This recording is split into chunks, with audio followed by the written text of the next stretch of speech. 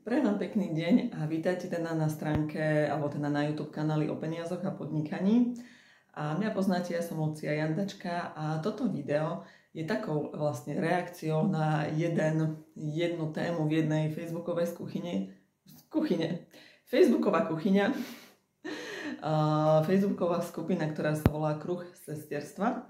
A naozaj je to teda skupina, trošku robí možno, že aj reklamu, kde sa stretávajú prevažne teda ženy, myslím si, že nejaký chlap tam asi nie je, ale práve často ženy riešia tému takú, že nemajú proste peniaze. A práve teda jedna pani, slečna, neviem, lebo väčšinou sa tam uverejňujú také tie naozaj náročné otázky ako keby v anonymite. A teda anonymný člen napísal určitú otázku, alebo teda vyžiadala si tá dáma nejakú určitú radu alebo pohľad na vec. Asi sa v tom spoznáte, alebo teda aj tie ostatné dámy, ktoré sa popridávali do tohto YouTube kanála po tejto diskusii, ktorá tam prebiehala. No ja som teda hovorila, že natočím k tomuto video. Moja stránka, alebo teda YouTube kanál o peniazoch a podnikaní vznikol práve preto, že ja som finančná poradkyňa, ale nie je tam možnosť, akože pri tých stretnutiach s klientami, riešiť tieto veci. A vlastne to, aby ste mali viacej peniazy, aby sa vám peňažne, finančne darilo, nie je o finančných produktoch. Je to o tom, ako viete s tým príjmom a výdavkom narábať, respektíve, že aké hlúposti alebo aké dobré veci, alebo teda priaznivé myšlienky a priaznivé názory máte v hlave a podľa ktorých sa riadite. Možno to vyznelo tak nejako kostrbato, ale teda o čo tam išlo. V najväčšej pokore, v najväčšej slušnosti poviem teda tieto veci, ktoré tu chcem zazdieľať, lebo nepoznám ten príbeh tej dámy, ale viem, že to je ťažká situácia. Že možno sa vám môže zdať, že čo ja o vás viem, alebo o tej situácii, že ja určite som takéto problémy nikdy možno nemala, si myslíte. Ale teda práve o čo sa jedná. Alebo teda čo je môj názor, ale a nejaká cesta k tej pomoci, ale pomoci, ako sa hovorí, ktorú nájdete na konci svojho ramena. A pán Peter Krištofovič hovorí, že to je vaša hlava. To znamená, to je zmena myslenia a zmena určitých postojov. A nie, že zmena, ale niečo, čo je pre vás priaznivé, zaradíte do života. Takže táto dáma, pardon za dlhý úvod, ale táto dáma tam hovorila o tom, pochopila som z toho, že má deti. Ak sa v tom nájdete, tak vy kľudne napíšte, ale pochopila som, že má deti, že má, myslím, materskú 444 €, má aj nejakú finančnú rezervu, ale proste nevie z toho, že všetko sa jej zdá extrémne drahé a nevie proste z toho vyžiť. A jednoducho proste, pardon, niekto mi telefonuje, a jednoducho z toho, čo má ako príjem, tak proste je to jednoducho málo a že či sme toho názoru všetci, že alebo iba ona to vníma, že je všetko také drahé. No, ceny a inflácia sa budú stále zvyšovať. Kto to robí a prečo? Možno, že v inom videu. Ale jednoducho tým, že je inflácia, tak aj tí, čo predávajú potraviny alebo dodávajú nejaké služby, energie ako také, že plyn, voda a tak ďalej, to je iná téma. Ale myslím, že bežní dodávateľia, bežní tí, čo vám predávajú potraviny, tiež majú zvýšené náklady, tak budú zvyšovať tie ceny. To tu bude vždy. Otázka je, ako my vieme narábať s tými peniazmi, ktoré vlastne máme. Pretože tá pani tam hovorila o tom, že vie našetriť nejaké peniaze, ale to má ako rezervu a nechce to míňať, čo je super. To znamená, že viete ako keby neminúť všetko to, čo máte a viete mať aj nejakú rezervu. Aj k tomu sa treba určitým spôsobom skrotiť. Pretože podľa mňa to, že nemáme peniaze v niektorých momentoch života, alebo teda niektorí ľudia, tak je aj o tom, že jednoducho sme určitým spôsobom nenásytní. A jednoducho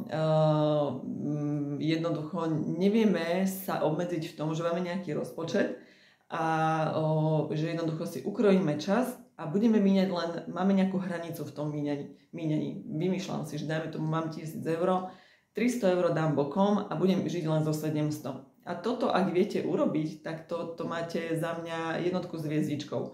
Ak ste sa dopracovali k tej rezerve, tak to spraviť viete. Táto dáma tam hovorila v tom príspevku o tom viacero veci. Že nakupuje v tému, že je zdravotne ťažko alebo zdravotne postihnutá, neviem či ťažko, ale zdravotne postihnutá a nevie si nájsť prácu. Alebo teda, že kto by ju vlastne zobral. No a k tomu nakupovaniu v tému. Keď máme práve tú ťažkú životnú finančnú situáciu, tak tam je priestor na najväčšiu kreativitu. Moja mamina vravela, že keď sme boli deti, ako my, a ona bola mladá, tak hovorila, že aj najviac, ale ja mám teda aj otca, oni žili ako pár, ako nie sú rozvedení, ale fungovali z 2 výplat, tak ona hovorila, že najviac kreatívna bola, čo sa týka obdobia pred výplatou, pretože musela vymýšľať, vykreovať nejaké jedlá, ktoré sú lacné alebo z tých peniazí, ktoré aktuálne má k dispozícii a jednoducho vtedy sa musela nejako vedieť vynájsť.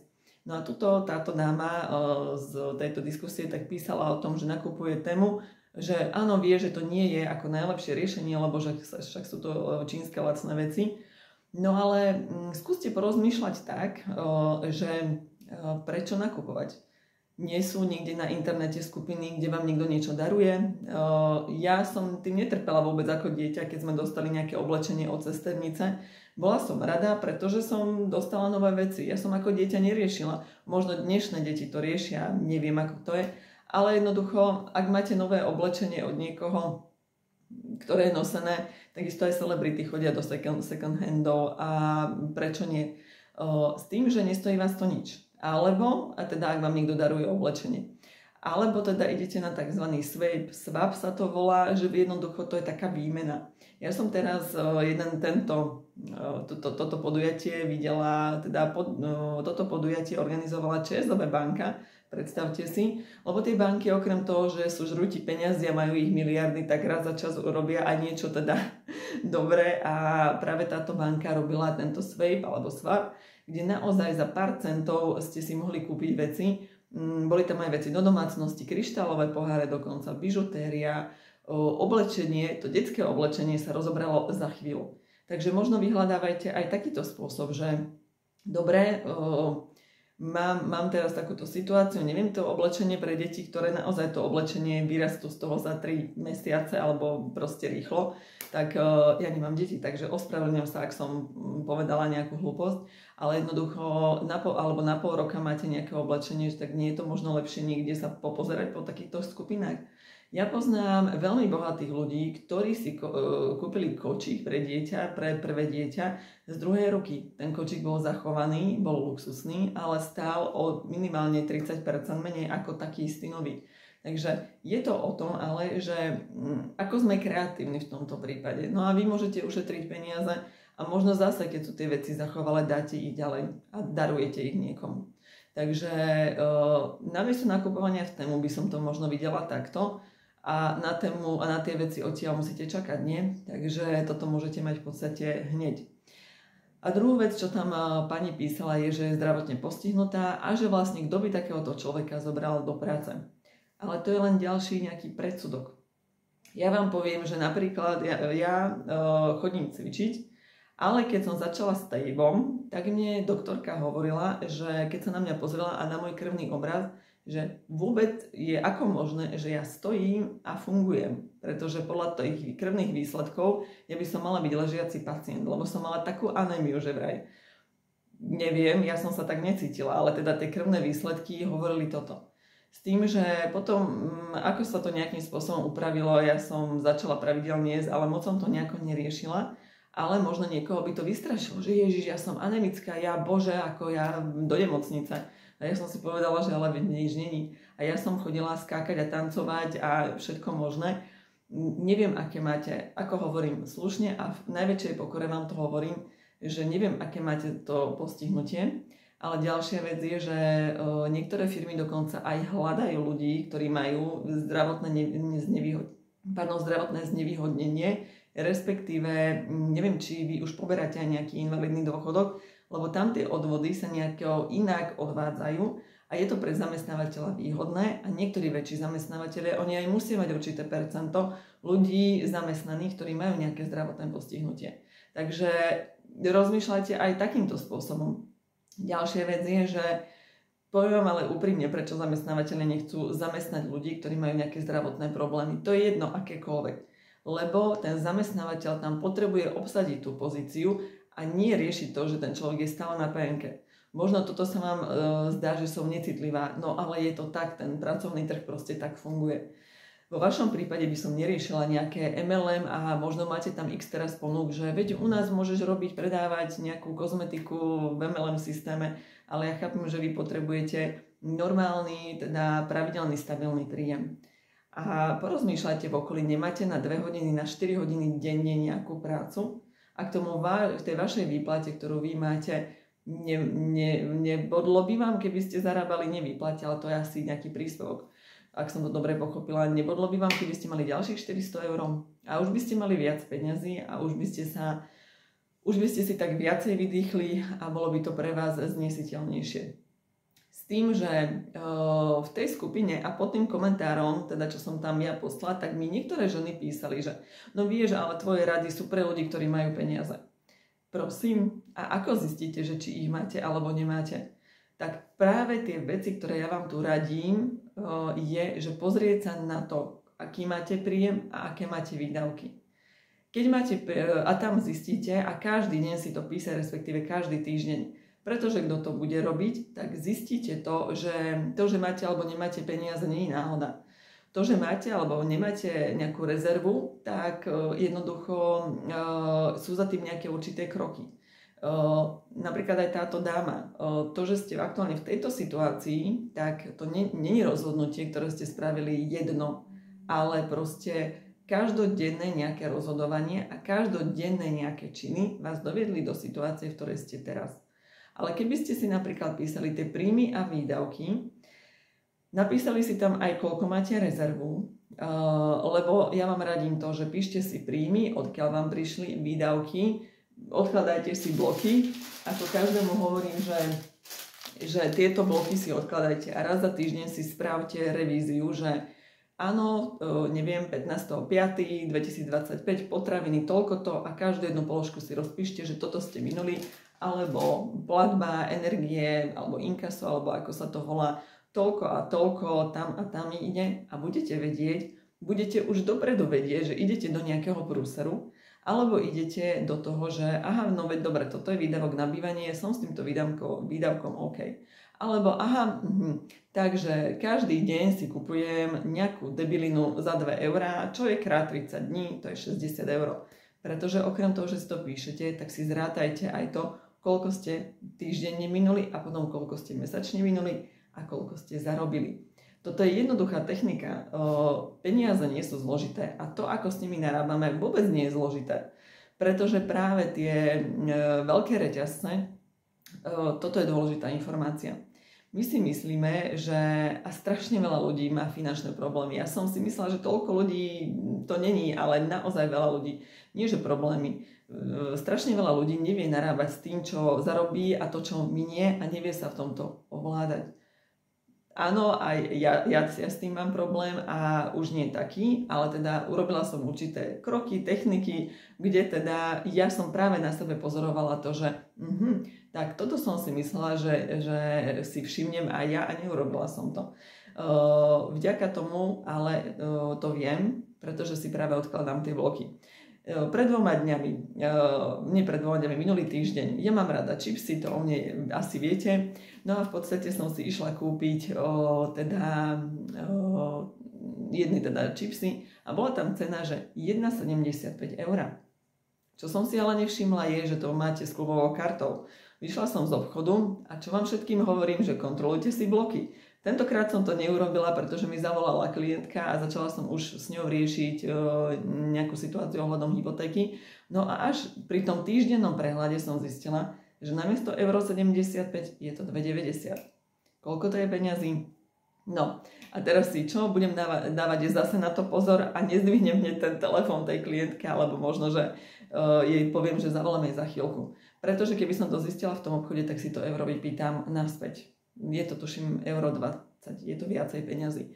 No a na základe takýchto pascí, čo na nás skúšajú tie reťazce, tak vy prichádzate o peniaze. Takže tieto pravidlá, že píšte si príjmy, píšte si výdavky, to je jednoduché, ale robte to a zistíte, že buď kde vám uchádzajú peniaze, každý týždeň zistíte niečo nové o sebe a v tom, ako s tými peniazmi narábate. Ale ďalšia vec je, že pani, musíte zvýšiť príjem. To viete veľmi dobre A áno, tuto narážame na to, že ako sa k tomu človek postaví. Buď si povie, že ja som zdravotne ťažko postihnutá, ja mám deti, nemám ich kam dať, mám ťažkú situáciu, a však veď nejako to bude. Ale toto je taká tá naša obeť. My to máme Slováci v sebe, že sa tak zrútime a jednoducho začneme horekovať a viete zase, ono tie problémy sú aj ale taká spoločná téma. Koľko ľudí počujete, že sa má dobre? Koľko ľudí počujete niekde na lavičke alebo vonku alebo niekde rozprávať, že vieš čo, ja sa mám tak dobre, boli sme teraz na dovolenke, manželovi zvýšili plat, mne zvýšili, darí sa mi alebo podnikám, mám sa dobre, ideme si kúpiť ďalší byt. No toto, keď vám niekto povie, keď vy máte 444 eurový príjem, tak by ste ho rovno zabili. Dúfam, že to Facebook či YouTube nevypne. Lebo proste vy máte na píp situáciu. Ale môžeme sa mať dobre. Nemusíte sa mať takto. Ale treba k tomu urobiť určité kroky. Ja viem, že to viete, ale z tej obete toho osudu a z toho, že toto sa mi stalo, no sama som si to stala, sama som si to urobila. No a z toho postoja, že tými tisícimi rozhodnutiami každý deň ste sa dopracovali tam, kde ste, tak s tými tisícimi ďalšími krokmi sa viete z toho dostať von. Možno je to len 100 krokov. Môžete si ich kľudne písať. To je možno, že aj nejaká ďalšia technika, že teraz pozeráte toto video, možno je 11 hodín alebo 12, ako toto video postnem, a porozmýšľate nad tým, že lebo to máte tú silu zmeny, aby ste sa mali finančne, peňažne lepšie, máte vo svojich rukách vy, nikto iný. A určite, keď začnete na tom pracovať, stretnete perfektných ľudí, ktorí vám pomôžu. Niekedy na tej práve stránke Kruh sestierstva sa robia zbierky. Takisto viem, že sú napríklad sociálne poisťovne, podľa mňa vy si viete požiadať o nejaký príspevok. Takisto viete si zohnať nejakú, podľa mňa, brigádu. Niekto proste vám vie pomôcť v tom zmysle, že vám dá prácu a vy viete zarobiť. Aj keď napríklad niekomu pôjdete upratovať. To sú životné situácie, ktoré môžete riešiť. Alebo niekde proste iba ako výpomoc na nejaké 2-3 hodiny, napríklad počas obeda. Alebo keď sa niekde nejaké predavačky striedajú. Alebo napríklad potravinové reťazce stále hľadajú ľudí na vykladanie tovaru. A tam napríklad veľká predajňa, ako je Lidl, Tesco, Kaufland, oni zoberú aj ľudí, ktorí majú nejaké zdravotné postihnutie. Pretože práve to je tá firma, čo som vám vravela, že oni práve chcú tých zamestnancov, ktorí vedia to, proste to jednoducho potrebujú do nejakých štatistík. A taká veľká firma to proste má mať takých ľudí zamestnaných. No a keď sme pri tých príjmoch a výdavkoch, tak vy zistíte, že kde máte problém. Jasné je, že keď dostanete z tej brigády ďalšiu výplatu, teda prvú výplatu, tak si pozriete, že aha, no toto bolo to riešenie a už zarábam viacej. Len ľudia by chceli obrovské skoky, obrovské proste, ja hovorím, že ohňostroje, ale táto malá práca každý deň a toto krotenie sa toho finančného démona, tak to je to riešenie. To znamená, že aký máte každý deň, taký máte celý život. Takže ako keď tam budete stáť a pozerať na ten blok, že no ale v akcii malo byť, že nie 16 eur, ale 12 eur mali stať tie kajzerky kurník šopa. To sú tie druhé. Tak poviete, že vráte mi 4 centy. Možno sa vám to zdá, že za 4 centy sa nebudem dohadovať, ale nacvičíte si to na takýchto malých sumách do budúcna, keď vám napríklad niekto nebude chcieť vyplatiť výplatu. Možno si niektorí poviete, že čo som negatívna, no ale takéto bežné veci sa dejú, že vás niekto nevyplatí. Takže je to o určitých schopnostiach, to keď máte peniaze a sa vám finančne darí. Takže možno, že o tej práci a ťažko zdravotne postihnutých ľuďoch ešte v budúcnosti natočím video, ale milá dáma, hľadajte riešenia. Zapnite v sebe tú hrdinku, tú wonder, finančnú woman, nie tú obeť, že stalo sa mi to a teraz sa zrútim. A ďalšia vec je, že idete určitým príkladom vašim deťom alebo aj vášmu okoliu. A ľudia na vás, verte tomu, že niektorí na vás pozerajú a čakajú na ten pád, tak neurobte im tú radosť, že sa vzdáte. Takže toto bolo také motivačné finančné video. Ak sa vám moje video páčilo, tak ja budem rada za like a odoberať. A ak máte nejakú tému, ktorú neviete peňažne, finančne zvládnuť, tak určite mi ju dole napíšte a ja o tom rada natočím video. A prajem vám krásny deň a nech sa vám naozaj darí.